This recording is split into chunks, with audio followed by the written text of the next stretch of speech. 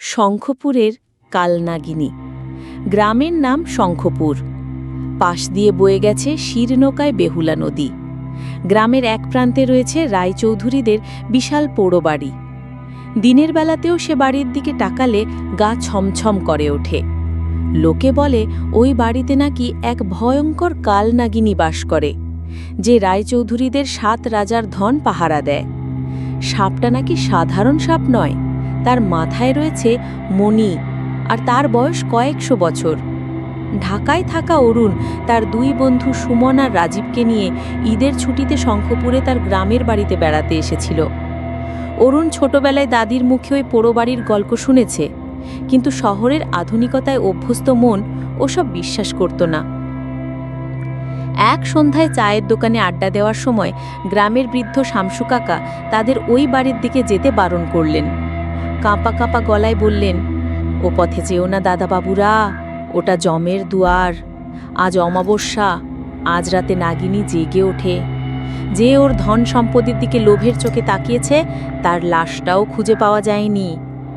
কথাটা শুনে সুমনের লোভী চোখ দুটো চকচক করে উঠল। সে ফিসফিস করে অরুণ আর রাজীবকে বলল, এসব গাঁজাখুরি গল্প। যদি সত্যি গুপ্তধন থাকে তাহলে একবার চেষ্টা করে দেখলে কেমন হয়? আমরা 3 জন মিলে যা পাবো, জীবন বদলে যাবে। রাজীবও সুমনের কথায় সায় দিল। অরুণের মন সায় দিচ্ছিল না। তার শামসু কাকার ভয়মাখা মুখটা বারবার মনে পড়ছিল, কিন্তু বন্ধুদের জোরাজোরিতে সে আর না করতে পারল না। গভীর রাতে যখন সারা গ্রাম ঘুমে আচ্ছন্ন, ওরা 3 জন টর্চ হাতে বেরিয়ে পড়ল। অমাবস্যার রাত, চারদিক মিশমিশে কালো। ঝিঝি পোকার ডাকও কেমন যেন ভয়ের সুর তৈরি করছিল। ভাঙা গেট পেরিয়ে ওরা পোড়োবাড়ির সীমানায় ঢুকল। স্যাঁতস্যাঁতে দেওয়াল, বট, অশ্বত্থের ঝুড়িনামা দালান, সব মিলিয়ে এক ভুতুড়ে পরিবেশ। বাড়ির ভেতরে ভ্যাপসা গন্ধ, বাদুড়ের ডানা ঝাপটানোর শব্দে ওরা চমকে উঠছিল। অনেক খোঁজাখুঁজির পর একটা গোপন সিঁড়ির সন্ধান পাওয়া গেল, যেটা সোজা নেমে গেছে নিচের এক অন্ধকার ঘরে। সেই ঘরে ঢুকেই ওদের চোখ ধাঁধিয়ে গেল। এক কোণে রাখা একটা বিশাল সিন্দুক, আর তার ডালাটা সামান্য খোলা। ভেতর থেকে সোনার মোহর জহরাত উপচে পড়ছে। রাজীব আর সুমন আনন্দে আত্মহারা হয়ে সিন্দুকের দিকে এগিয়ে গেল। অরুণ দরজার কাছে দাঁড়িয়েছিল, তার বুকটা অজানা আশঙ্কায় কাঁপছিল। হঠাৎই একটা হিস শব্দে গোটা ঘরটা কেঁপে উঠল। শব্দটা আসছিল সিন্দুকের পেছন থেকে। টর্চের আলো ফেলতেই অরুণের রক্ত জল হয়ে গেল। কুণ্ডলি পাকিয়ে বসে আছে এক বিশাল কাল নাগ। তার শরীরটা রাতের অন্ধকার চেয়েও কালো, আর মাথাটা মানুষের কোমরের মতো মোটা। 2 চোখ যেন 2 জ্বলন্ত কয়লার টুকরো। ফোনা তুলতেই সেটা একটা কুলার মতো বিশাল আকার নিল। রাজীব ভয়ে চিৎকার করে পেছনে সরতে গিয়ে পড়ে গেল। সাপটা এক মুহূর্ত সময় দিল না। বিদ্যুতের গতিতে সে রাজীবের বুকের উপর ছোবড় মারল। একটা তীব্র আর্তনাদ করে রাজীবের শরীরটা নীল হয়ে গেল। মুখ দিয়ে গ্যাজলা বেরোতে লাগলো। কয়েক মুহূর্তের মধ্যেই সব শেষ।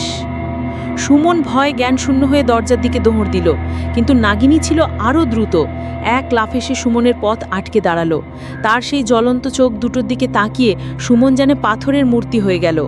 সাপটা ধীরে ধীরে তার শরীরটাকে পেঁচিয়ে ধরতে লাগলো। হাড় ভাঙার মটমট শব্দ আর সুমনের চাপা গোঙানি রাতের নিস্তব্ধতাকে চিরে দিচ্ছিল। তারপর সব শান্ত। অরুণ দেখল সাপটা এবার তার দিকে ফিরছে। তার চোখ দুটোর মধ্যে এক তীব্র সম্মোহনী শক্তি ছিল। অরুণের পা দুটো যেন মাটিতে গেঁথে গেছিল। সে পালাতে পারছিল না, চিৎকারও করতে পারছিল না। সাপটা ধীরে ধীরে তার দিকে এগিয়ে আসতে লাগলো। তার শীতল নিঃশ্বাস অরুণের মুখে এসে লাগছিল। অরুণ চোখ বন্ধ করে মৃত্যুর জন্য অপেক্ষা করতে লাগলো। কতক্ষণ কেটেছিল জানে না।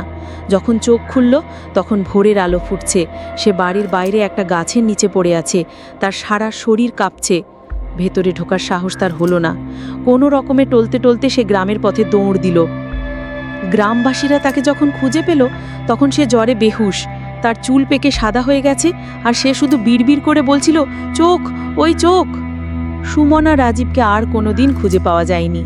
পুলিশ এসে অনেক তল্লাশি করেও পোড়ো বাড়িতে কিচ্ছু পায়নি, না কোনো সিন্দুক, না কোনো সাপের চিহ্ন। অরুণ কিছুদিন পর ঢাকায় ফিরে যায়, কিন্তু সে আর আগের মতো স্বাভাবিক হতে পারেনি। বাকি জীবনটা সে এক ভয়ঙ্কর দুঃস্বপ্নের বোঝা বয়ে বেরিয়েছে।